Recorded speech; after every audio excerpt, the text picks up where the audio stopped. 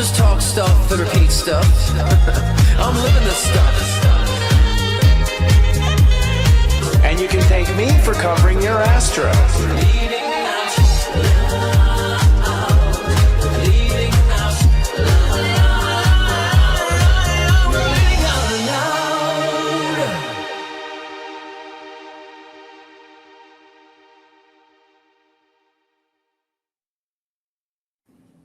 Welcome to Leaning Out Loud, the spiritual shift show that's edgy and ethereal. I'm step astrologer and channel Sensei Chris. And I'm Scott Cruz, psychic medium and mentor at scottcruzpm.com. And I'm David Palmer, the Leo King. I rock it all. What up? Welcome. Yeah, a new permanent resident. Welcome, brother. Welcome I know back. It's good to be here. I had so much fun last show we did, which was, I don't know, like a month ago. And then I'm super happy to be on here every Wednesday now. Super stoked, right. Especially to be with you two. Well, you were our original first caster, right? Christopher 2 years ago, he was going to be the original. He was. Well, we were going for him. He was too busy. He's having babies and stuff. So, yeah. He was honest about it. He's like, I can't fit in. Yeah. So it's okay. I mean, but it all works out interesting. I think because we have a war going on, across the world. We have seen World War III. And I think it's pertinent that we have like three, basically, people calling it like a sports game. I think it's going to need that going through the war. Yep. Absolutely. So we do our own sportcast, talk on it. But yeah, there's a lot going on. I mean, war, the world changing, what work looks like, the spiritual kind of warfare out there. I mean, it's the best time now to do a show like this because people have more questions, and when you try to look out in the horizon and see the future, it's more foggy than ever. Yeah, and I think it's also important to get rid of the fucking fluff, because I think a lot of people see spirituality as out of touch, and something that's beyond them. And I think my goal is always to make it tangible, to bring spirituality down to earth, because we're all spirit, right? So yeah, that's why I also think it's important to do this type of show too, because we're all three of us are very outspoken. So, well, you're never going to get these opinions. You'll never get these opinions anywhere else. I mean, I think at a time like now, it's good to see something completely outside the norm. And if you look at the world through our eyes and our disciplines, it's a different point of view, and it's at least gives you some clarity. I think there should be like a third eye point of view, really. That's what you call it. It's a third eye point of view, like right from that. Three of us, yeah. Yeah, totally. So what do you guys think about the war? I mean, I haven't heard the latest. Someone was updating me, one of the two of you. Which one? What's the latest? We have a peace treaty that fell apart? I don't even know. Well, I mean, Trump was saying that Iran had given this big, beautiful present. He didn't want to tell us what it is. Very, very cryptic about this present. And so, but Iran is clapping back, saying there's no negotiation. U.S. needs to surrender. And I think they even sent a video saying, here's a big, beautiful present. And they showed like a rocket launching. So obviously the tension is still there. It's not been rectified. And it's going on for a little bit longer, actually. I don't think it's going to be a simple one and done type of situation, obviously. Right? That's what I think, as Scott is saying, the communication looks like it's really a propaganda war. I mean, Trump, after bombing more than we did in Iraq in the first shock and awe, right? Not just the first day, but in these first 3 weeks, says this ultimatum last weekend, right? Like, if you don't open the Strait of Hormuz, that I'm going to knock out all your electricity and power plants. Right. And then says, we're not going to do that. We're going to give them 5 days. And then Iran says, we're not talking to you. You're talking to yourself. Then he pulls out this idea that he got a present, but doesn't tell anybody what it is. And then today Iran says there is no deal. And then they moved one of their highest guards up into the Security Council. Right. So we also have sent now, it's like somewhere close to 5,000 to 7,000, whether it's Army or Marines. And that includes some of our most like special op guys, Delta Force and so forth, and with amphibious ships to do a land invasion. So, really? Land invasion. Wow. So this must be World War III, really. This is what kind of, I think, Nostradamus was pointing at, although there's no blue turban yet, kind of figured out. I keep looking for the blue turban of the World War III. Remember, that's the big key takeaway. Haven't seen it yet, but do you think it seems almost like this is expected or planned? I mean, like when I feel into it, I feel like, first of all, we probably had the plans to do this for 20 years. on the desk of military, and why now? And I was surprised it was Trump, but not surprised. It seems to me that like the military wanted to do this, and he's just like, sure. Oh yeah, it's totally manufactured. I believe so. And the question is like, what is the motive here really, and what is the intention? I mean, first we were going after Greenland, then Cuba, then Venezuela, now Iran. So I said 3 years ago, I said Trump is a puppet for the Iranian government, not the Iranian people, or excuse me, Israeli government. Sorry, not the Israeli people. I always said Trump's always a puppet for the Israeli government, and so we're seeing that now. I think even MAGA is saying it's MIGA, make Israel great again. So I mean, so is that the intention? Or was the intention to cover up from the Epstein files because Iran threatened they had information and intel on Trump and the Epstein files? Or is it really because Trump thinks this is the way he's actually going to really lower gas prices? So I feel like it's multi-layered in a sense with the intention. Yeah, I think it's multi-layered. I think it's ironic too that Albert Pike, the famous Freemason, said that World War III would be just like this, right? It would start in the Middle East and it would be a holy war. And it would be this exact same scenario. And that's back in like 1887. Yep. So that's kind of the other thing is Pluto and Aquarius always brings up Masons. And so that's funny. That's true. Yeah. Secret societies. That's true. You're right. That's interesting. So there's something about like the secret society, not just in America, but of course with Israel, but also then you just see Ukraine, like Zelensky all butthurt this like last couple of weeks, like, oh, nobody's paying attention to us anymore. So then we say Russia, we're taking off the sanctions of the oil to try and help the world. And then what does Ukraine do this like last couple of days? They blow up Russia's refineries, right? Right. Wow. So it very much is very World War like. And if you look at videos out of India right now or in Southeast Asia, like there is no gasoline. In Australia, they're talking about doing worse than like the 1970s when we ran out of gasoline and it was like odd, or even on the license plates. They're actually like saying like, no, work from home. Like they're proposing that all right now in Australia. So it's getting pretty like, feels almost kind of like COVID 2.0, just without a virus that really never happened. But and you know what it feels like to me too? It feels like it's a fight for the one world government and who wants to be in charge of the one world government. That's what it feels like a race and a fight for right now too. I think it is the one world government pretending like there is a war, because if you watch like history, the same financiers were financing all the sides anyways. I think it's time to go to like, who's paying for this? Because usually it's the same person. It's the Iron Bank if it's the Game of Thrones, you know what I'm saying? Right. And so the curiosity is, what have they decided they're going to divide things up as? Because that's really what it comes down to. From what I understand, the United States was chosen as to be the chosen one after World War II. Like there's some sort of handshake agreement among many countries, and that's part of the reason why I think all the oil and in dollars went to the oil was a strategic move to keep the United States on top. But I think that same entity, whatever it is, may be moving finance and wealth to another place, and this is kind of how it smoke screens. Especially remember the economy was basically, I guess our dollar is almost worth nothing now, right? As far as how much debt we have. So it could be cover up for that too, or a way to wash the money. I want to say, because I'm glad you brought that up, Chris, because during the Revolutionary War, we did have the Continental Congress and money, which eventually became the US dollar, and it was worth nothing. Like the soldiers knew that it was overinflated. Then the British actually, copied the money and dispersed it everywhere to make it that's right. worth nothing, right? Brits played 30. So we're at a place right now where it's like, if you look at Dubai, that was kind of like a fantasy that they created over the years for people to go there, to move there. And then now you can't even leave Dubai. You can't even come in. And that economy is just tanking right now.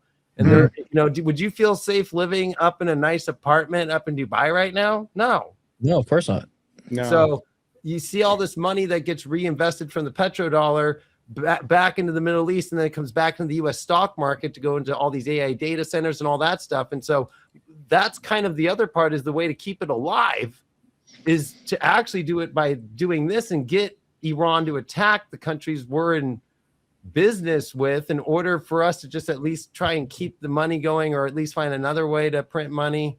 It's getting dicey. I do think currency might be where there's maybe a fair war going on as far as 100%. digital is concerned and whatnot. That's where countries could actually maybe really compete, because everything else is sort of tied up, it seems like, and the stock market, I don't know, with the rapid trading and the AI stuff now, how do we know, is it really a game of AI or something in the background playing with the market?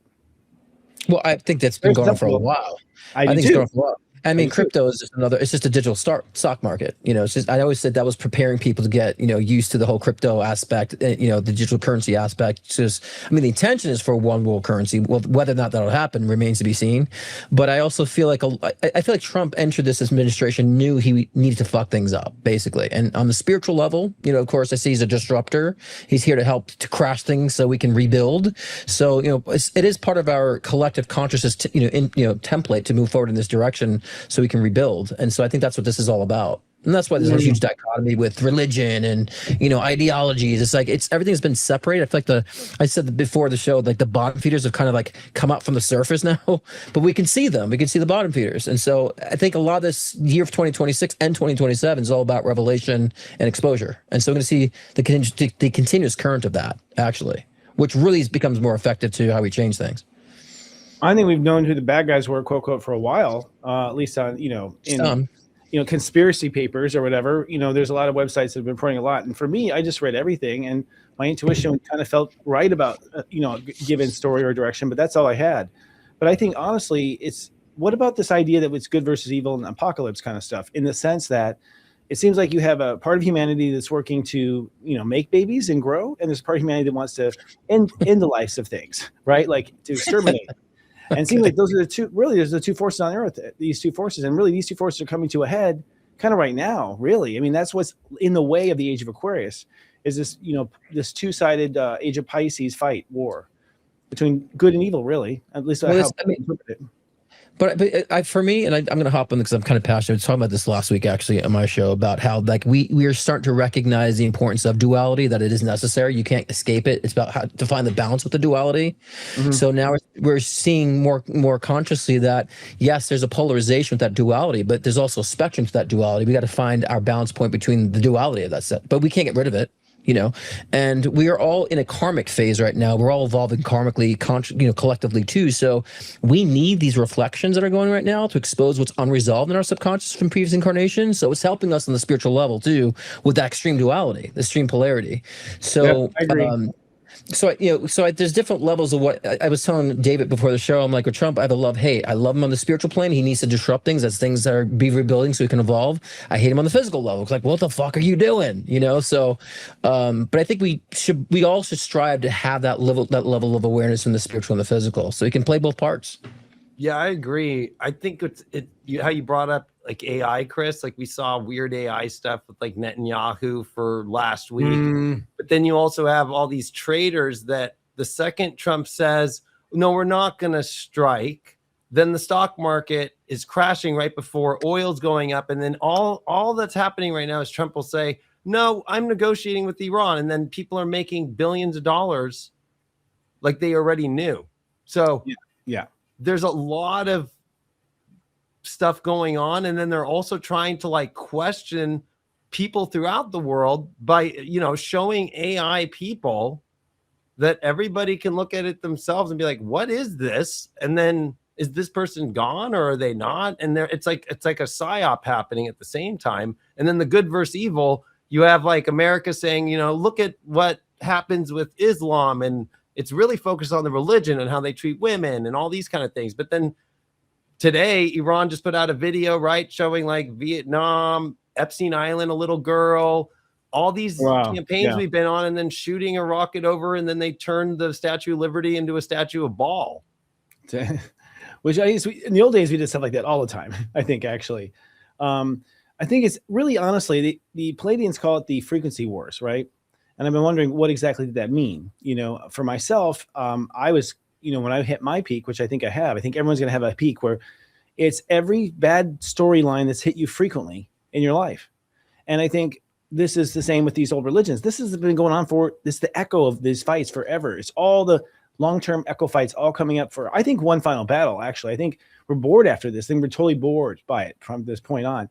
But even if you aren't bored, every one of these stories has some final climax, right? Like some final ending, and maybe they all happen at the same time. That's the test of the human spirit, to stay calm and grounded, and really know what your truth is, which is inside of you. So it seems like everything comes to a crescendo because it's ending. That's my belief. Yeah, I would agree too, but I think we kind of had with the sun conjunct Neptune and Saturn this week, this realization, like, well, we got Neptune in the next 15 years. We got Saturn in the next 2.5 years here in Aries. Mm-hmm. And they just announced that in America, and this is very personal to me since I got kicked out of the military at 20. So now you can join the military if you do have an infraction for marijuana. They raised it to 42 years old. It used to be 35, but they've also expanded ex-service members that want to come back, right? That they've already been discharged. They're already they're not even involved anymore. So like, obviously they're doing something pretty radical. Like, and they also got rid of all mental health diagnoses and to even look at them. It's like the don't ask, don't tell of the 90s. Now it's about mental health. So it's like, there is no mental health crisis. There is no mental health. Like, whatever you got, and you smoked weed, no big deal. For me to get in the military, I got popped for failing weed, and I had to get a vice admiral to give me a signed like affidavit and a real big deal just for me to get in. Now that's gone. It even says like no need for a higher officer to sign a waiver. Just let him in. That's funny. Well, is it because now it's just a video game? It's just gonna be a controller and an Xbox, and that's what's gonna fly all the AI? And I mean, will you have to work anymore in the military? It seems all glamour. I bought this in 2002. Trust me, because of Metallica and the whole do in the planes and all that.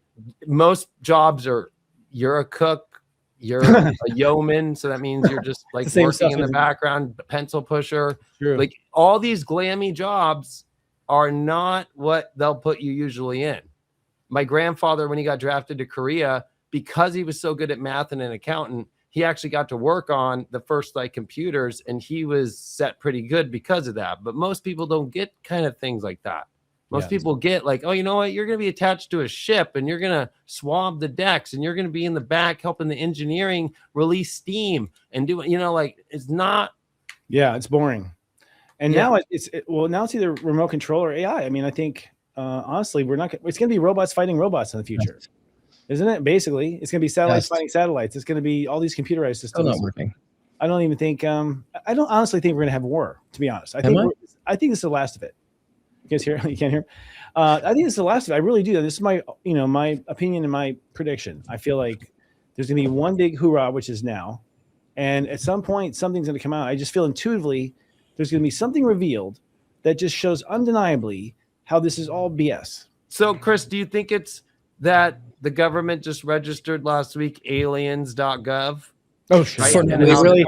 That was available on GoDaddy? God damn it. No, I was kidding. That was available? Well, .gov's I think the .govs you can't buy. Yeah. I was going to say they're kind of in a hidden vault, but that's funny. But that got registered last week. Alien and aliens.gov. Yeah, .gov. That's interesting. It's not a coincidence. Obvious, yeah. We are talking about, which is what they want us to do. But a lot of people are saying too that we have to like really, turn off the news, like don't watch it. It's like now's the time we got to pay attention to what's going on, because if you close your eyes now, AI will be doing things you think it's real, you'll be duped. We need to be focusing on what's going on now in the world. I mean, I'm not saying to be oversaturated in that, but I'm saying it's important that people do pay attention, because these are important times right now to where we're going to see a lot of changes. Like we said with AI, the progression of AI, I was questioning because they were showing airports like full and crazy. One of my mom's clients got back yesterday from like Dallas, and she says everything was empty. So I'm like questioning, like, they're saying it's like that even in Dallas it was supposed to be that way. So I'm like, are we being duped there? Are they just showing AI footage of busy airports when she's like, yeah, there was no lines, there was nothing.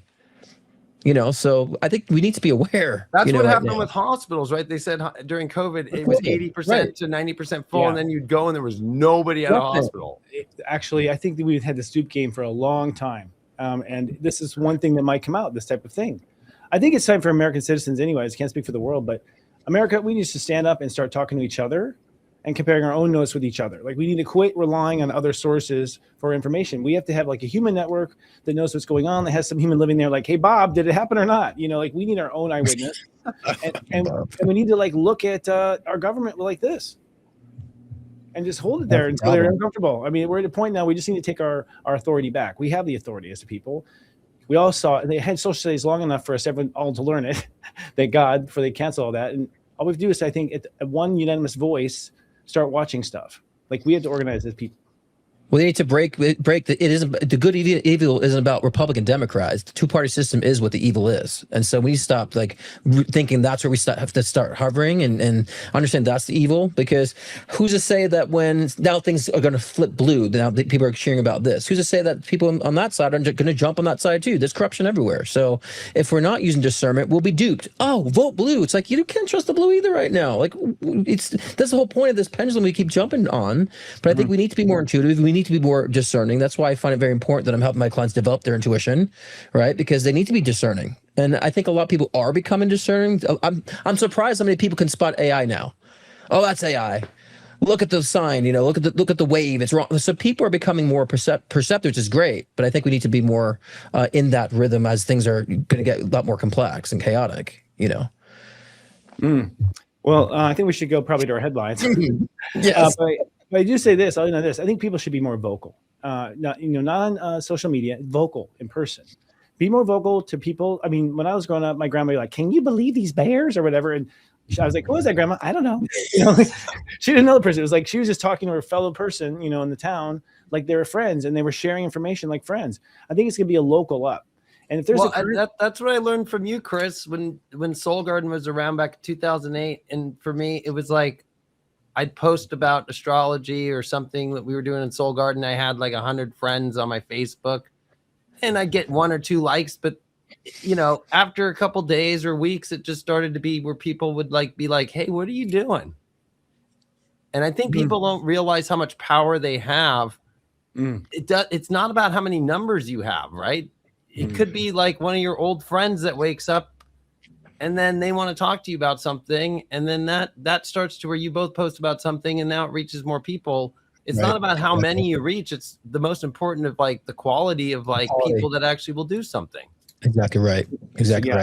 Yeah, it's you got a lot of numbers and vapid people where it's like it's not really being affected, but then you have a small group of people. I feel like my small group of people are so loyal and they're evolving amazingly. So I had it like you were saying, David, I was beating myself, should I be more followers? Should I focus on the numbers? I'm 2 years online. And so even though I've been 13 years in doing my work, and then I realized Spirit said the same thing you just said to me the other day, David. It's like you have a quality of a group of people that actually are effective and evolving, and they will spread like a domino effect in their lives, right? In a sense. So, I'm glad you said that, actually, David. Thank you. I think there's going to be the next thing is going to be private social networks. I think it's going to be all private. It's going to be like clubs, like going to a club, in your town or whatever, where it's like certain, crowds go there. I think we're going to have crowds going into private social media. So what's going to happen, which is excellent because honestly, people can be more honest and frank, and they all sort of belong to it, and be sort of catered to their niche, right? I think that's where it's going to go. But I also think we're going to get more in, I heard a news story actually this week about the youngest generation and how they were raised in COVID. They're raised with cell phones and whatnot. And they like to meet each other in person because that's cool to them and new, it's like, and so it goes full circle. I think we'll also have social clubs where we go to locally stuff, it's going to be local. You talk about currency and other currencies. The best chance for a currency would be as if it was to a town. Because, and that trade with other towns, because if you can trust it within your community, everyone trusts it. That's what it takes, is trusting that value. That's how Disney did it with Disney Cash. I can't believe they got rid of that, but people would still hold on to that for next year when they went for years. Those type of programs are interesting. A lot of money goes through those programs that aren't supposed to, I think. At least that's they were designed, like airline miles, it's the same thing. It's like you're buying things with airline miles, millions and millions of dollars worth of airline miles, right? They're coupons, but there's a lot of money going through there, right? Yep. I suspect Disney was just covering up evidence. It's probably what it was. Get rid of that. Why did they say it ended? Why would you get rid of that? What else do you use? I think a lot of it was, I remember when they got rid of it, since I lived next to Disneyland, it was 15 years ago. And it was because of people were using credit cards all the time. No. Oh, okay. Yeah. They're using credit cards anyway. And then they got all the little, cause it's $58 for a snow cone, so I think they were it's a lot of Disney cash that they got to keep carrying on them. That's true. It's a lot easier to do that. And the Disney cash ATMs and shit. It's $18 for lemonade, so. That's true. It's outrageous. You know what else is outrageous? Elon Musk. No, I'm kidding. Here's the story. The FDA approved a cancer treatment. Did we talk about this yet? Using sound waves instead of chemotherapy, radiation, or surgical procedures. The system uses precise ultrasound pulses to create microbubble clouds inside the tumors. The bubbles expand and collapse, liquefying tumor tissue mechanically. No heat, incisions, or radiation. Gentlemen, your thoughts? Like I hate to sound like the new age pseudoscience stuff, but I mean honestly, everything is tone and frequency. So if they can actually calibrate a frequency to match frequency to terminate cancer, I totally think that's possible. I think that's a step in the right direction. I mean, we use what is chemotherapy? It's kind of similar radiation and same thing. So I just feel like this is when people find this to be like far fetched, I think it's weird because we're using technology that we kind of been using already, but just perfecting it. And I think AI can assist with this. Technology could assist with this evolution. So I think this is a step in the right direction, and I'm glad this is being talked about. Actually, have we always had it though? Well, I think that this is bigger than even just cancer. I think this goes into all forms of health. If you look at, well, the sound healers I know are all like clapping in the background right now. But yeah, it's true. On top of that, if you think of like really old, like 500 years ago and prior, in all of the different churches and all these different ancient sites, they actually did music in order to heal people, right? And it's always been used. So it's like we're coming back to our roots again.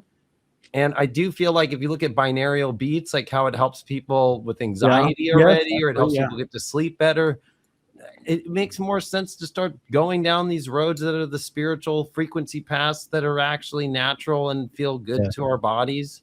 And that's what the radio's done forever. They always do it in the wrong hertz, right? They do everything intentional. And we are in front of frequencies all the time. Our screens are at different megahertz, everything, our phones, everything. Yep. I think the Tesla came up with this a long time ago, and so did other scientists, but it was squashed and buried. And I think there was it feels like there's like a regime leaving the medical industry is what it feels like. Something has been hovering over it since the Rockefellers, ultimately. And, cancer is like a huge, huge industry. And we're starting to wonder, like, are you making money off of it? Because we know we didn't have like this kind of cancer before, so it's like maybe the real stuff's coming out as a cover up just to cover their tracks and retire. But this goes back to Egypt when they used to go in their tombs and like certain stones would emanate certain frequencies and they would astral project. And that's how I believe they probably built the pyramids, by cheating the laws of physics in that way at that time. So this goes back to Egyptian times, using tone and frequency to alter states of consciousness, astral project, stuff with the body, so it goes back. Atlantean allegedly was all frequency.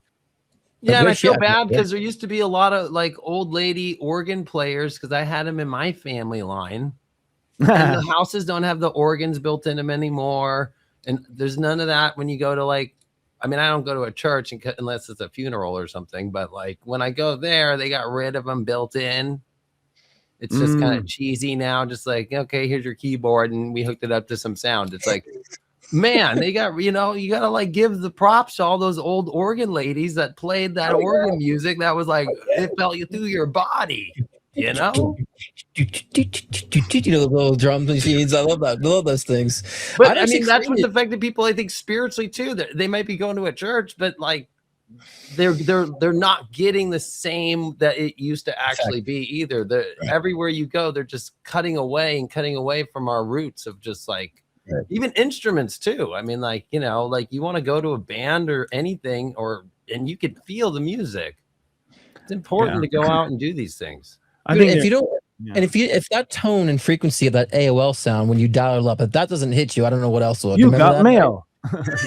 You got mail. Yeah. I'm like, oh, I love that sound. Back in the I actually used to freak out if it didn't finish. I remember freaking out, like I can't talk to the ASL chat anymore, my teen chat. Oh my gosh, I got this one girl on AIM right now. I'm talking to, and oh my god, I promised her I'd be on right now.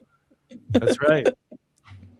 Oh, those are the days. Speaking of which, Meta has acquired Moltbook. We were talking about this, the viral social network built for AI agents. Moltbook co-founder will join Meta Superintelligence Labs, Meta's advanced AI research unit. This extends Meta's aggressive push into AI as AI agents become a hot area for autonomous task handling and multi-agent systems. The thoughts? I mean, you were saying multi-agent was what you were doing, David, already. Like, that's the thing. Explain what that is, man. Well, yeah. So, I mean, with AI, when you're coding and you're creating with AI, you can create an agent, and then that agent can have sub-agents. So, like, let's say you wanted to create, like, a music app that wanted to cure cancer, right? The main agent would be whatever you call it. We'll call it organ lady. And she's the main agent, right? But then all of the functions that you want to do. So if you wanted to do binaural beats that really affected people with anxiety, that would be an agent that really understood that. And that would come back to organ lady, the main agent, to then know how to bring that in and whatever the services are. So really, like, agents and agentic AI is really about having the main agent and giving all these other tasks to agents to be able to understand and just focus on that area. So not one brain is focused on everything, but a brain that's got, it's almost like a hive mind if you think about it. Yes, I was thinking, right? Like a queen bee, and all of the little bees out there coming to bring the honey for the queen bee. It's Matrix. It's Matrix. It's what the agents were. Like they were all these human being characters that, the guy runs the bridge. They all have a program that has to do something.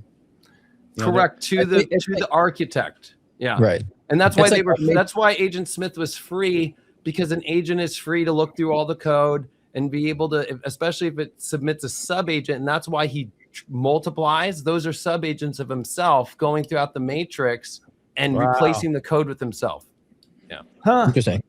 It's like automation on steroids. I mean, you just have all these things that's automated to your liking. I mean, I think that's, I want to learn more about that. Dave was talking about OpenClaw the last time. I want to dive deep into that and really set my automations for emails. And, I mean, that's replacing real life assistants actually at this point. You're going to get the grammars correct through your AI automated assistant versus, someone who might be lazy and dozing off. So, I mean, so many benefits to that. But, that also leads a question like about replacing human jobs, right? And so that's always been people's paranoia about all this. Those people who are not much into AI, they question, well, they're going to take my job. And it's like, well, yeah, we'll be forced to do things for more from the soul. We're going to have to think outside the box when it comes to productivity.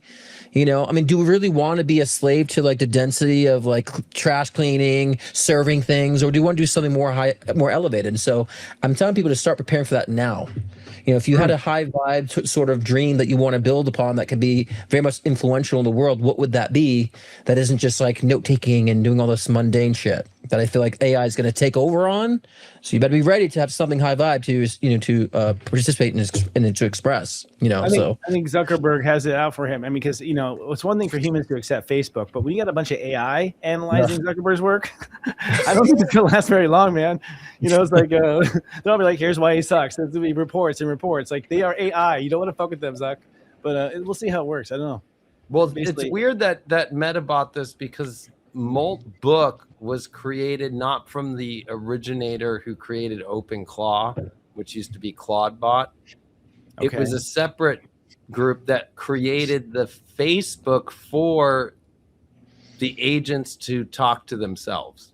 Oh yeah, right. So what's interesting is like the owner of Facebook bought Molt Book, and he's invested all of his money into AI, and he also just ended his whole metaverse thing. Remember in 2021, the metaverse, really, that was quick. Yeah, so what you're seeing right now is like all these big billionaires that are in the AI tech space, like Sam Altman just dropped Sora. So right, like Videogen, with Disney that had $1 billion deal. So it's like you're seeing this like, okay, and then that's where Zuckerberg's like, you know what, the metaverse and how he used to be in the metaverse and Oculus, and it was so weird. It was just like, dude, nobody's gonna want to hang out in there. Nobody wants to wear a helmet all day and be somewhere else. No, so it backfired. That's like a so it's kind of an interesting moment of you're seeing positioning the same way that we were talking about the war earlier, positioning. And I think Scott's right though. People need to prepare now because it's already happening. If you look at January's job numbers, the lowest of loss of jobs, the most jobs since 2009, and then the adding of jobs is the lowest since 2008, and we know that was the Great Recession. Right. I wanted to respond to a comment. Someone says, if we're creating automated software for email responses, then that's either lazy or we need to stop complicating emails. Now, I want to say something because we're talking about like a company who needs to have this automation to help a company. That's where we're all going to be heading, is our own nation, our own company, so to speak, right? And so we have to start thinking like that. If I were to build my own company, now that I have the tools of AI, what would that be? So we're not talking about automation for you to send your personal leisure emails. We're talking about for a company, right? And that's what AI is going to be helping people to build as their own companies. And that's what I think is moving forward. I said years ago about, celebrity culture dying and all this stuff that, people will be finding their own audience. And I think that we're going to have our own businesses finding our own audiences too. And the whole, major corporation ordeal will be collapsing because of AI, I feel like, other than those who are, serving AI. But now we can run AI on our own computers. We don't need to use another, server. Instead, you can have our own. So we're just not talking to each other. It's gonna be AI talking to AI is what it's gonna be. You're not even like having I think you're getting to a point where like, do you email all my friends? Yes. I talk to their AI. It's like I don't even think we're gonna even communicate anymore as humans. Our AI will inform the AI, and that will be like an infrastructure of information probably. We won't touch it. You're actually correct. That's actually it's already happening now, Chris. Like coding is the AI is talking to the other side's AI. It's like diplomats. That's what's happening with MCP servers, and really what really this hits is automation. The fact that they've mastered automation, which is the technical term is a cron job. It's weird because it's about time, right? So chronology, right? So if you think about it, like I have a cron server and I have an AI assistant I named Trinity, and she's the one who responds to my emails for support stuff. So it's like when you get 55 to 65 emails a day, it diverts to this site or to this email, or I will handle you and I will figure it out. And this is an escalation that needs to go straight to you and all that. And totally. And at every 20 minutes, that's what the cron server is. It's every 20 minutes checking. And then it has memory to remember what I said to all those people as Trinity. Keeping a history. Well, and even for viewers, there is a fear of using AI because viewers be like, oh, this is obviously not him or whatever, but it's going to evolve past that. They're not going to read their email either. They're going to probably have an AI bot that's attached to their Gmail or something. And it's going to be like, here's this dipshit did this and this dipshit did that, and that'll be it. They won't, we won't care anymore about format probably. It's just going to be, we have to spice it up. We just tell them. AI. But I think that's what's going to make us engaging with more what's real. Someone's saying we want more real, but that's going to allow us to, because we're not doing the mundane. So it's going to allow us to participate in things that are more real, that are more human connection. You know what I'm saying? So I tend to look at both possibilities and in between. So a lot of people, it's Armageddon, AI is going to take over the world. Like, what if it actually becomes the thing that saves the human species? So there's that possibility too. So let's find a middle ground with all that too. But I really feel like it's going to give us more of that desire for human connection, human expression, because AI is taking care of the bullshit. Like, it's that simple, right? It's the luckiest thing of our century, really. I always thought about the future and inventions and flying saucers and everything. I never really thought about AI. It never dawned on me. And then now I see it employed. I'm like, this is the biggest time saver ever.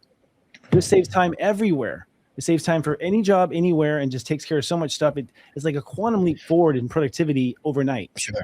For human and for everybody. Well, I think they always sold AI in movies as a robot, right? Or like some computer, or like a computer in a spaceship that was like the one in control of the spaceship. So it always didn't feel like in real life. Right. But that's probably going to be the trigger. Like Melania Trump today had a robot show up at the White House, and she spoke about how kids are going to now learn from teachers that are AI robots. I'm not even kidding. Well, it probably will. You'll have homeschool. You'll just subscribe to it, and your robot at home will teach your kids. I mean, it's going to be, I think, one robot per house, and that thing's going to be working 24/7 until it rebels and kills the family. No, but have you seen that movie with Megan Fox yet, where she's the AI robot? Yeah, no, I haven't seen that. That one was interesting. It's interesting. Yeah, a lot of robot films made CGI. Just made on AI. I think we have to take a break, gentlemen. We'll be right back. Right, Morgan? If you're watching us on YouTube, please be kind and do subscribe to our YouTube channel at Serious Joy TV. Please click like on this video, and if you don't mind, hit the bell button so you're notified, so we collectively defeat the algorithm overlords. The Serious Joy Nonlinear TV Network is simulcasting right now on many media affiliates, including Instagram, X.com, and Facebook, just to name a few. Are you ready to understand yourself better than ever before? Enlightened edutainment awaits inside the Serious Joy Vault. Subscribers receive in-depth insight into the planetary energies with daily texts, pep talks, and more, personalized to your unique blueprint. Subscribe now for only $3.99 your first month at SeriousJoy.com.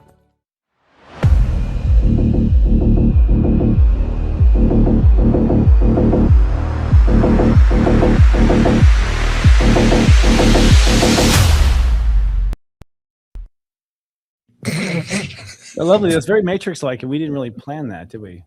We didn't. It's cool. I like it. Yeah, I like it. All good. Do you want to do one more story, or should we move on to the topic? We got to do this.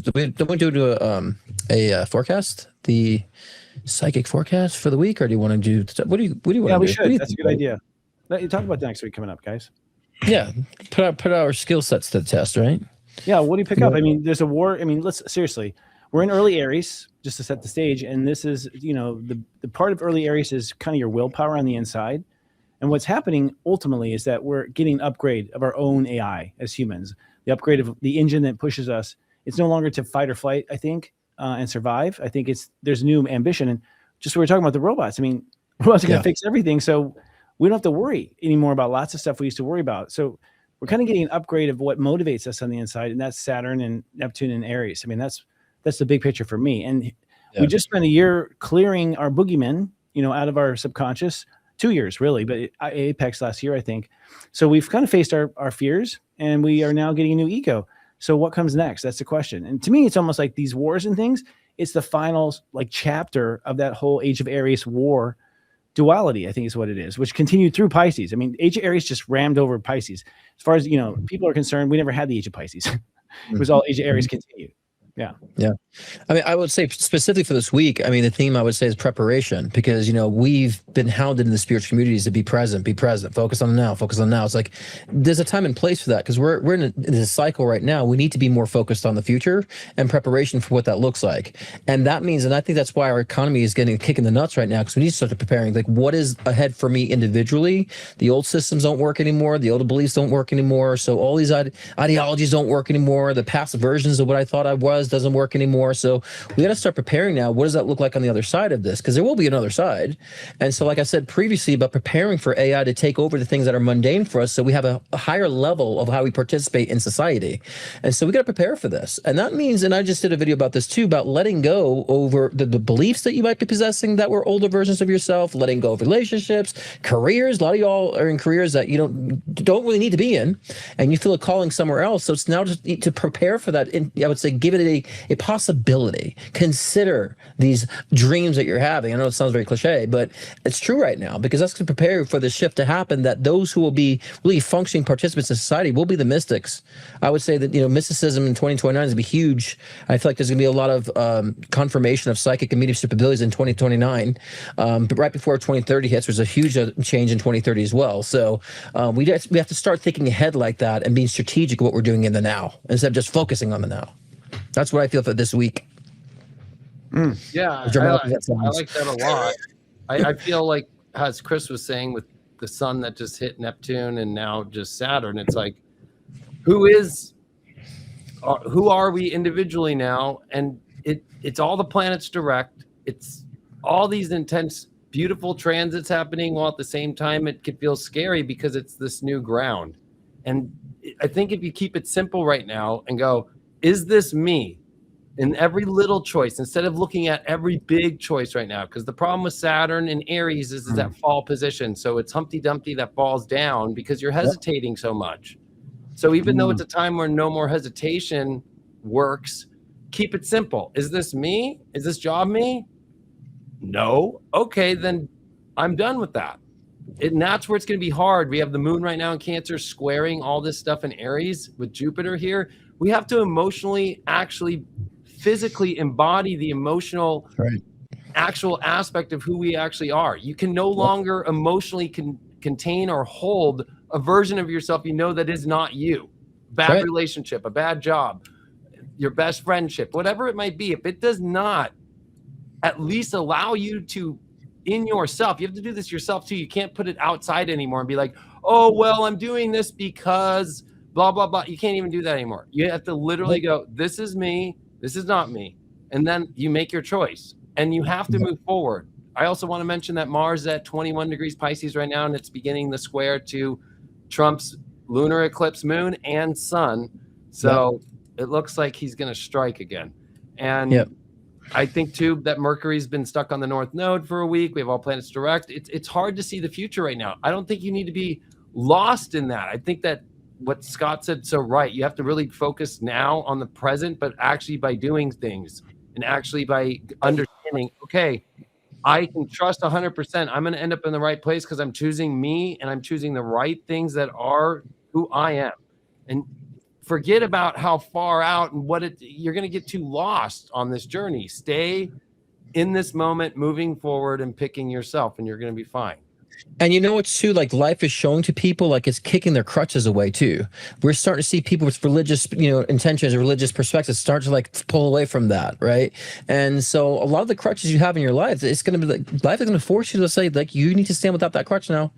And so that is the integration of the old and the new. And so like, yeah, I totally want to concur on that too. Because the word crutches always comes to me in this time frame about letting go of those crutches. Yeah, the organs are gone for the organ ladies. It's just like... We want the organ lady. Honestly, I think what's ending is the mind control. Mind control is ending, and people have been talked into their minds when really your mind is not your most intelligent part.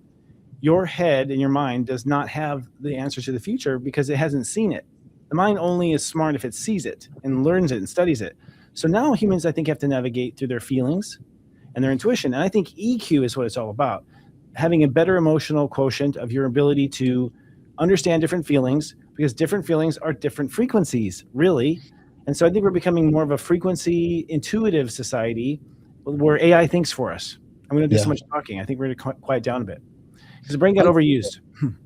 Well, I just want to say, I love what someone said in the comments too. 100% spiritual bypassing won't cut it from the forward, and that is so true. So many people try to spiritual bypass by manifestation bullshit, right, and all this other stuff of love and light and all that stuff too. That's like putting them in this cloud, not approaching the duality and approaching the difficulty. And instead of like embracing the negative and growing from that and spawning that into something powerful, we're running away from that and putting our heads. And that's not going to work right now. And that's all spiritual bypassing. I love that someone said that's so freaking true, and I've been a huge voice for that. And so even now, I feel like you, Christopher, and I have been just dropping F-bombs left and right casually because, like, we need to show being spiritual is being human. Yeah. I don't understand what it is to be human, not to run away from being human. Yeah. Well, my theory is that we're in a video game. I keep saying that. It's my new theory. We're in a video game. We're asleep in heaven. Well, that's what all those DMT tests that everybody's doing on TikTok and everything is showing with the lasers, and everybody's seeing code. Yep. My last thing I want to add is I didn't hear that. That's cool. Oh, if you just look it up, it's the only hallucinogenic test that anybody can do around the world where they're all smoking DMT, and they take the big lasers that are from like Home Depot for the walls, and in the laser, you're able to, if you move it up and down, you're able to see the code and see like this other world within that laser. Really? And everybody around the world is putting it all over. They're putting it on it's everywhere. So we discovered the code of the Matrix using a laser. That's cool. Yeah, and it's like it looks almost like kind of like Chinese mixed with like Egyptian hieroglyphics. It's kind of like way on edge. But I want to say we have Venus conjunct Eris and Chiron, and then it's coming into Taurus on Monday. Yeah. This is a healing moment. For the only way to heal is to truly own who you are. And it's going to be difficult with this cancer stuff because it's the emotional. You're not taking care of yourself when you're not doing who you are. Literally, like you cannot no longer do it. The spiritual bypassing that was just brought up, but the healing really is like this victimhood of like, you know what? I'm never getting what I want. I'm not who I want to be. Well, you're the one choosing it yourself. No, we're being told. I'm going to contain and hold something I don't want to do. I don't want to be this, but I'm going to do it anyway. But that has to end. We were told to be skinny. We were told to be this. We were told to be that. I mean, I think people are realizing like, wait a second, why am I doing what you tell me to do?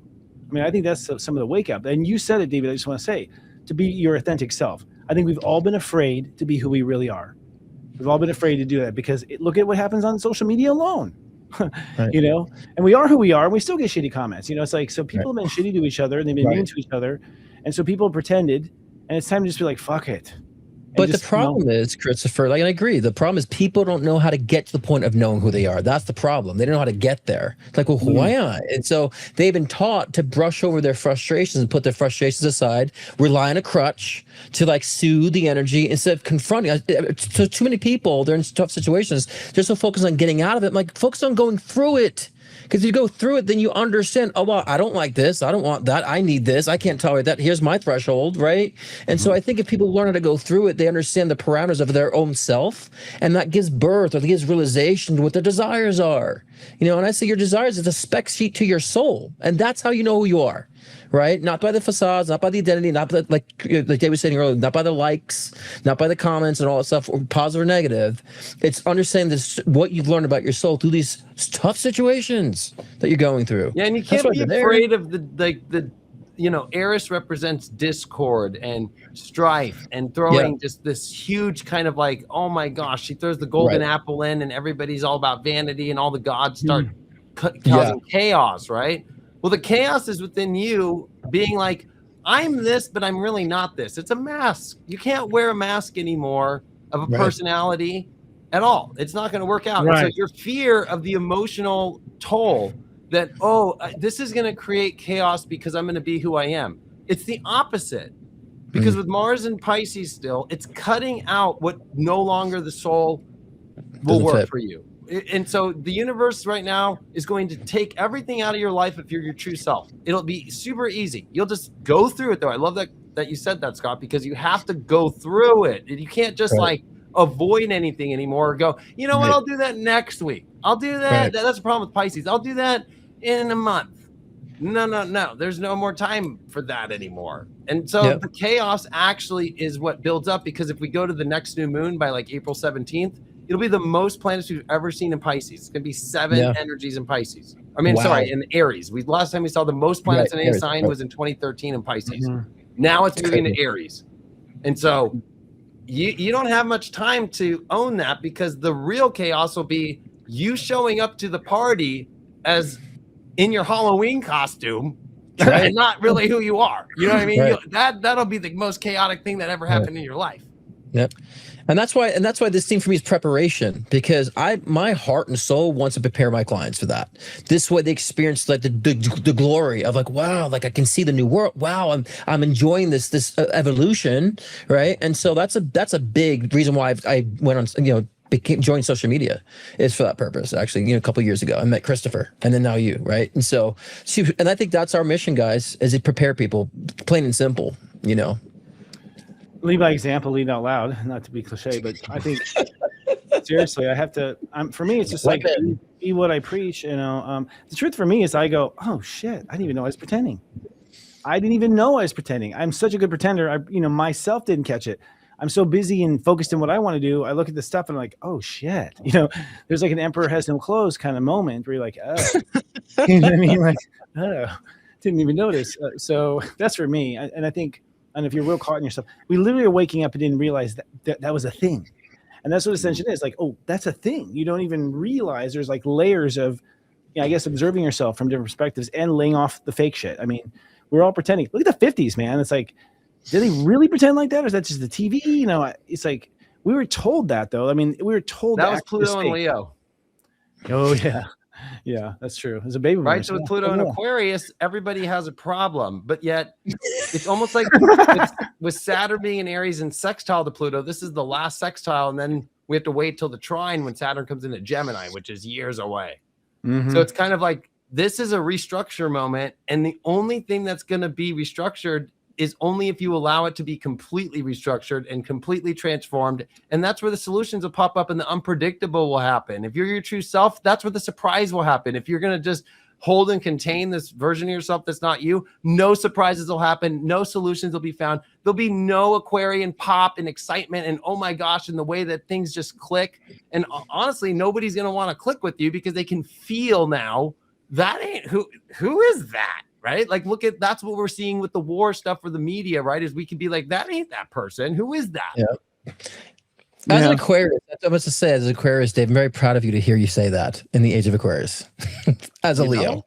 I think because like the problem with Leo when Pluto was there in the 50s is people put on a show, right? Like, oh, I'm the wife and I'm the husband, and I'm gonna go into my room and I'm gonna drink my whiskey and I'm gonna listen to my record player, and my wife is just gonna do the dishes. And that's it. And everybody else is doing the same exact thing. And we're all going to have a 57 Bel Air that's in the garage. You know what I mean? And on the weekends, we're going to have a barbecue. Like, it was like. That's true. Now they're putting on a show on OnlyFans now.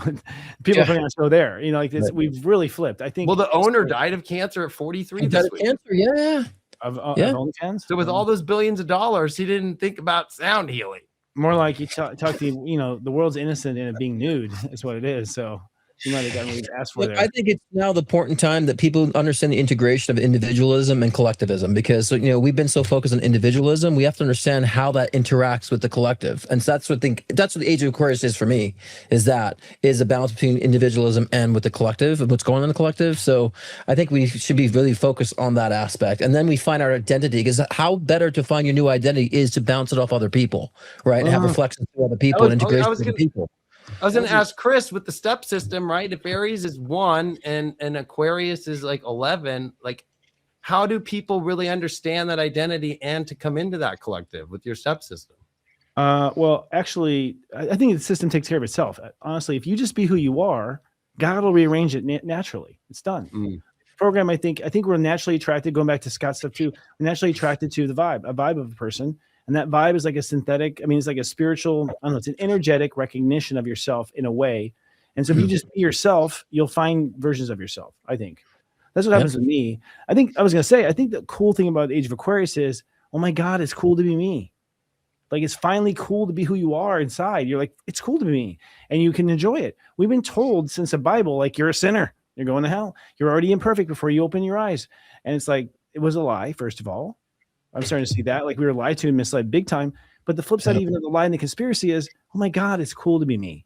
And I get to explore who I am. And I'm not going to have apologies anymore. I mean, that's partly what I've come into. Freedom, true freedom to be who you really are. Well, isn't like, so Mars is 9, right? Okay, we're going with this. Yeah, Mars is 9. So Mars is 9 and Aquarius is like 4, right? Because it's Uranus. 4, right. So makes if 13. People identify who they are, that's where the only 4 kind of revelations can happen. Like, I guess, in the way that if I look at this Aries and Aquarius connection, that, well, Aries is always the doer anyways. And multiplier 9, it's interesting mathematics, what 9 does to any equation, right? But it's really 4 is the door to all reality, right? But 9 plus 4 is 13, which is 4, the door to reality. So that's when you add a 9 to it, you always end up with that, what you started. I think we go multidimensional. It comes down to, here's the important numbers. 1, which is Leo, that's your heart. That's where the love is coming from in the first place. Then 4, where does it belong? This love, basically. And then 9's like, let's do this. That's the vibration. It's more about the rhythm now. Rhythm. Yeah. About vibes. We'll be selling vibes in the future. Well, how do people truly, like, I think where we could help people the most, truly, like, when they ask themselves, like, is this me? Oh, because that could be hard for people. I know for other, especially for like Leo rising and stuff, it's no problem. But not everybody's like that. You have to, first of all, create privacy. You need a boundary 0, and you have to say, okay, this is private behind closed doors, because people won't be able to look in their hearts unless they feel safe.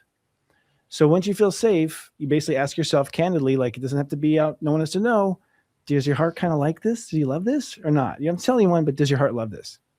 Because if your heart loves it, it's you. And that takes practice too, though, so people to differentiate their thoughts versus their feeling. And so, like, intentional meditation is good for that, because then we can start observing our thoughts. That's why I think meditation is great for beginners, because you get to observe your thoughts, realize, okay, there's just this feed that keeps going on, but I feel something contrary. So we have to teach ourselves that. It's almost like when you go to the gym for the first time, and understand discernment versus thought. And I think once you find that, then you understand, you can answer those questions. Is this me? Do I really want that? What am I being pulled to? I resist this. That becomes more clear.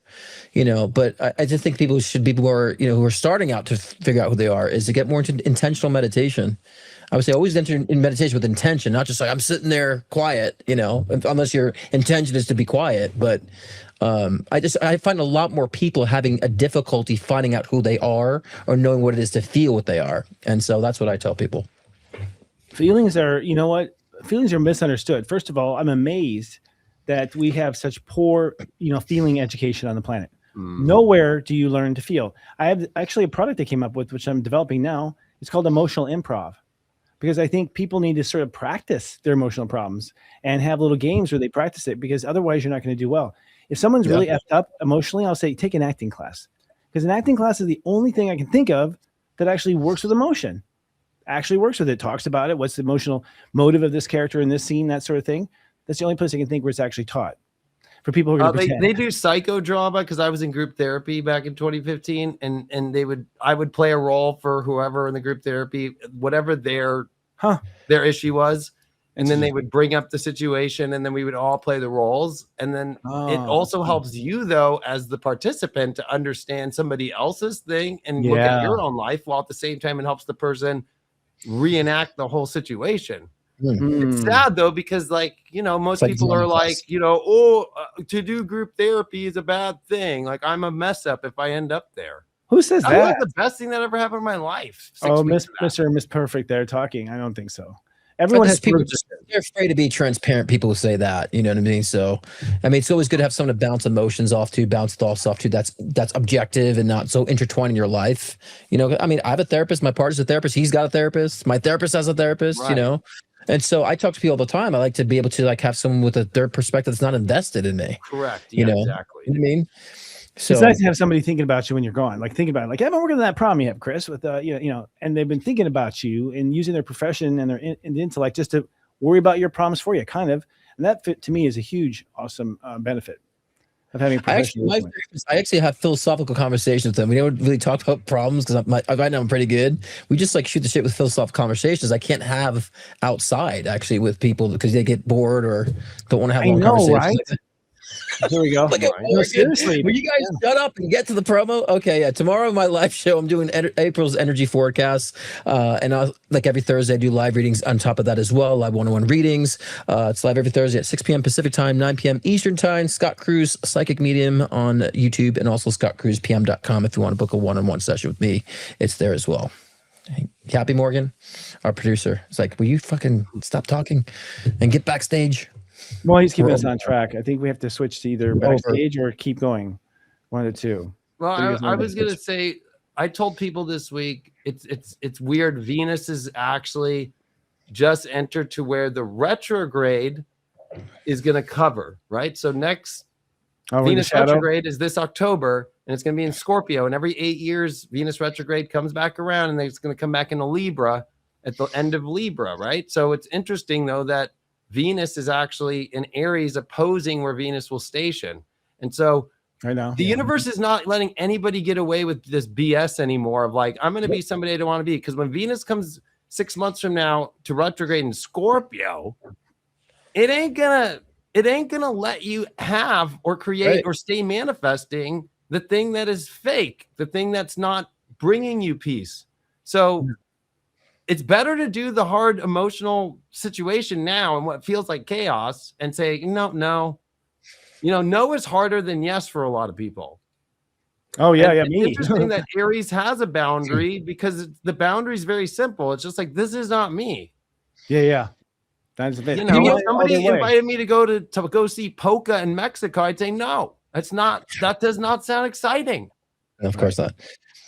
But I think when people actually learn to embrace that emotion that they've been resisting, it's so much easier when you actually accept and like take on the challenge. Like, you know, I am going to work through this. Then you realize, you know, they're actually having a really healing time during the process and a joyful time to the process because they're having aha moments. I mean, I can't tell you, like, you know, when in my 30s when I just like buried myself in healing and self-healing on my own and processing, the aha moment it felt more like I was winning the lottery in a sense because like, oh my God, that evolution is more delicious than getting the boyfriend, getting the girlfriend, getting the money, getting the job opportunity. That realization, which is what gets you those things in life. I think people need to be hungry to start seeking that, you know, in a sense. And yeah, like you said, if they don't, the rug's gonna be pulled beneath them, the crutch is gonna be kicked beneath them too. We're like, oh my God, what do I do? It's the revelation of the Bible, but being left behind as we're evolving to 5D in a sense, consciousness. So then we feel like they're left behind. They're gonna have to catch up. So, you know, but thankfully I'm seeing a majority of people actually, you know, people I wouldn't think waking up, you know. The crutches were always what we're supposed to be left behind. The crutches, it's just like, oh my crutches, like, you know. Oh, well, we definitely are on the path of wanting to be taken care of, 100%. But the AI robots are going to fix that. An AI robot on the crutches, like redesigning them and like, oh, we could use this, guys. A crutch keeper. It's going to like steal people's crutches. These robots. Give me that fucking crutch. Sorry. You know what, the big revelation for me is I'm a progressed cancer. If you know that, step 10 years of being progressed cancer. Yeah, progressed cancer. Yeah, you are. I've gone through all the emotions. You know, they sucked. And I have to say it sucked, but I also have to say, you know what? When I got to the emotion, my mind had made it way worse than what it was. It was like I had been a baby leading up to it, is what it was. The actual facing the feelings is like crying, whatever it is. It sucks for like that hour or two, but then it's gone. I think emotions have to really just have a voice. Like, I think feelings are a message, a complex message from the soul. You have to play the message. If you don't play the message, it's going to self-destruct. It's going to cause problems. But if you play the message, it just disappears and it's gone. It's really we're not seeing it correctly. We're not handling it correctly. But Jupiter and Cancer, I think, is quite a lot of it. Jupiter's, you can't repress them either, because Jupiter's in there like a big, balloon right now, just like a big, Zeppelin, like blimp, like sorry. And I think that's where people have problems with, is they repress their emotions, and then they do that for so many years and so long and so long and so long, and keep identifying off the true sense of their self. And then they're emotionally carrying something that's not theirs. And then that repression causes them to not know how to express the emotion. And when it does come out, it's difficult, but it's better to still do it, even if you're at that point, than to not. Yeah. So basically what we're saying, guys, is just use extra lube. That's what we're saying. I was about to use a diaper analogy, because I have like my toddlers to potty train right now. It's kind of like, at some point, you got to take the diapers off, and you got to start letting them out on your own. It's pampering. It's pampering. Honestly, most people, I think about the generations, right? You had the Pluto Gemini generation were all intellectual, cold bastards. Then they had Pluto Cancer generation, which was my grandparents, actually, Pluto Cancer, and they're the ones who were shut off emotionally, and that's how they could go save concentration camps and just head right into war, because they're emotionally numb. But then they're the parents of the Pluto Leos, who needed all this love and attention and got nothing from their grandparents, Pluto Gemini, or from Pluto Cancer. So it's like the baby boomers are fucked up. That's why I wanted to divorce. And then they have, of course, Pluto Libra's like, can we just get back together? Then Pluto Scorpio like, fuck this, I don't want to talk to him. You know what I mean? Like, you can see like just how one generation beats up the next as we go down the Plutos. And now in Pluto Aquarius, though, it's, I think, a whole new approach, right? It wasn't back in 1770. In 1776, when it was there last time, I guess it was a whole new approach. The idea that you could have your own government and do what you want and vote and shit, that was like revolutionary, never been done, honestly. It was like AI of the time. So Pluto and Aquarius is interesting. We're only 5 degrees in as of today. Well, and that's what's hard, is Pluto and Aquarius also tells us to learn to let go and disconnect, especially emotionally, right? But Pluto's very emotional. It's more like learning ghost. That's what the Aquarius philosophy is. Yeah. And so the contradiction of Pluto and Aquarius, Jupiter and Cancer, it's so that quincunx of like, oh, I want to hold this emotion. But then Aquarius is like, if you want to keep holding that and we're going to just sit here, we're not going anywhere. We're not going multidimensional, because if you think about a dimensional plane, you're just going to be stuck wherever the emotion is. Of course. And that's the bottom of the chart. That's the 4th house. That's the IC. If you just want to stay at the root and just be stuck hanging out in the dirt all day, the basement, basement. It's definitely about managing emotions, for sure. Because as an aqua, I became more emotional, actually, during this time. Yes. Right? You've noticed that change, right? I've seen Aquarius open up. Yes, I'm seeing Aquarius open up. They get Cancer in their 4th house. The 6th house. So it's like they're supposed to live in their emotions. Yeah. But I find the balance of like, okay, when I have the attention emotion, I'm not avoiding it. I'm kind of addressing. So I've been like really learning that on my own personal level with that during this time too. Bringing that into balance. So yeah, I see Aquarius is very aware that they have to deal with it, but they're still uncertain. Again, we don't have the tools. That's what I've been trying to build myself, or tools for people. Just to like practice it, because it's really not a big deal. You just have to watch it. We can talk about those tools backstage, because we're going to go backstage now. We can talk about those tools. Yeah, we should talk about how like Zelensky's an Aquarius and he can't handle his emotions. So he's like, you guys are paying attention to me. I'm going to go bomb these people. Bomb these people, right? I have theories about what's really happening over there. We'll talk about it after this. Do it after show, yeah. Okay. All right, guys. Until next week, everyone's watching live right now. We love you. See you next week, huh? Read out loud, David. Oh, that's cool. But then let's talk about the music. So we want to remix. We want to do a whole new intro, new vibe, fitting for us three. So Dave, we're going to have to collaborate on it. Yeah, I just need those stems, bro. A lot of purple. A lot of purple. You know what I mean? We need to turn this music down. What? No, I read this when it was like a quirkier show, but we want to go more divine masculine, right? Interesting. Mystical. Ethereal. Not nautical. I think we should waterfalls. You don't have to.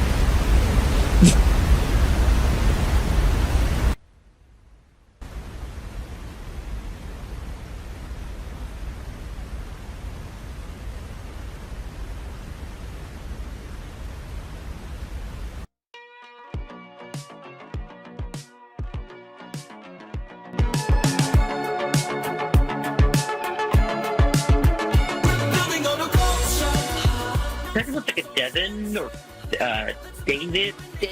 But it's his name. It's been so spot on. And I don't know if you put it in the side of your end table or not. You saw like something in your end table that you did too. Oh my God, we're crazy. Yeah, I don't know if she's showing me flowers. Like, relay them or redo them. These purple flowers.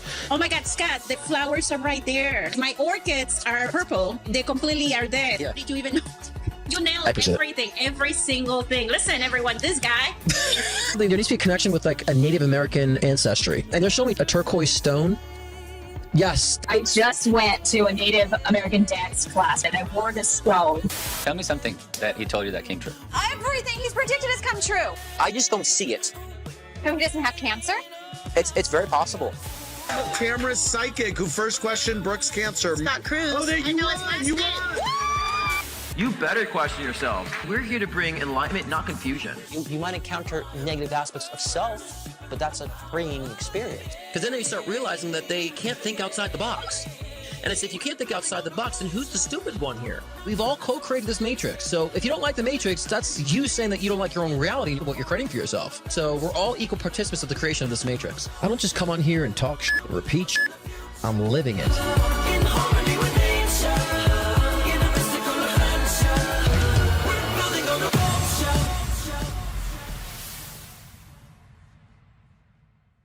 Step astrology is the key to unlocking your past, your purpose, and your heart. Are you ready to understand yourself better than ever before? Enlightened edutainment awaits inside the Sirius Joy Vault. Subscribers receive in-depth insight into the planetary energies with daily texts, pep talks, and more, personalized to your unique blueprint. Subscribe now for only $3.99 your first month at SiriusJoy.com. If you're watching us on YouTube, please be kind and do subscribe to our YouTube channel at Serious Joy TV. Please click like on this video, and if you don't mind, hit the bell button so you're notified, so we collectively defeat the algorithm overlords.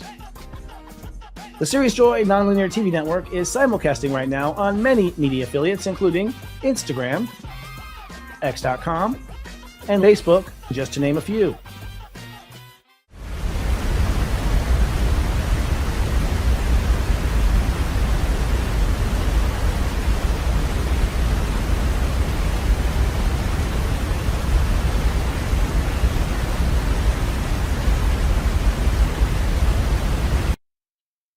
Scott Cruz is popularly known for his life-changing one-on-one readings to also guide in your soul ascension journey.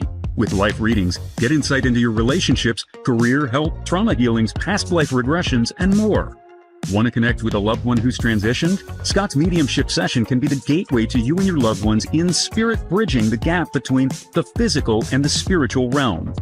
If you want to enhance your own psychic ability, Scott's Intuition Builder session can help expand your psychic and mediumship abilities. So sign on to scottcruzpm.com to book your own personal session today.